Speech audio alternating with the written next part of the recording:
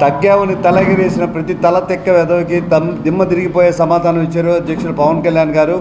విజయం అంటే ఇది 100% అంటే పోటీ చేసిన ప్రతి స్థానంలోనూ విజయం సాధించి భారతదేశమే గర్వించదగ్గ స్థాయిలో మొట్టమొదటిసారిగా 100% విజయాన్ని కైవసం చేసుకున్నారు అధ్యక్షుడు పవన్ కళ్యాణ్ గారు. దాదాపుగా 10 సంవత్సరాల నుంచి ప్రజా సమస్యల కోసం అనేక రకాలుగా పోరాటం చేసి కోట్లాది మంది అభిమానులు ఎంతో ఆర్ద్రతగా ఎదురు చూస్తున్న ఆనంద క్షణాలు పవన్ కళ్యాణ్ అనే నేను అని మా అధ్యక్షులు ప్రమాణ స్వీకారం చేసిన రోజు. ఆ రోజు దాదాపుగా కోట్ల మంది ఆంధ్రులు కన్నీటి పర్యంతమయ్యారు. ఆ రోజు జరిగిన ఆనంద వేడుకని మా నెల్లూరు జిల్లాలో విజయోత్సవ ర్యాలీగా చేసుకోవాలనుకున్నాం.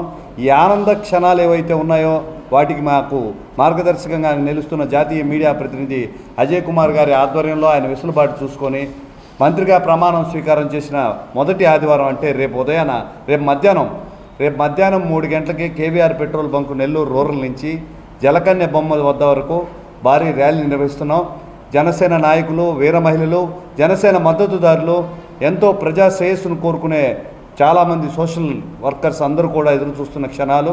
వారందరూ కూడా మాకు జనసేన నాయకులకు పలుమార్లు ఫోన్లు చేసి ఈ విజయోత్సవ ర్యాలీని ఎప్పుడు చేసుకుంటామని పరిపాలనలో అడిగిన పరిస్థితి. రేపే ఆ సుదినం.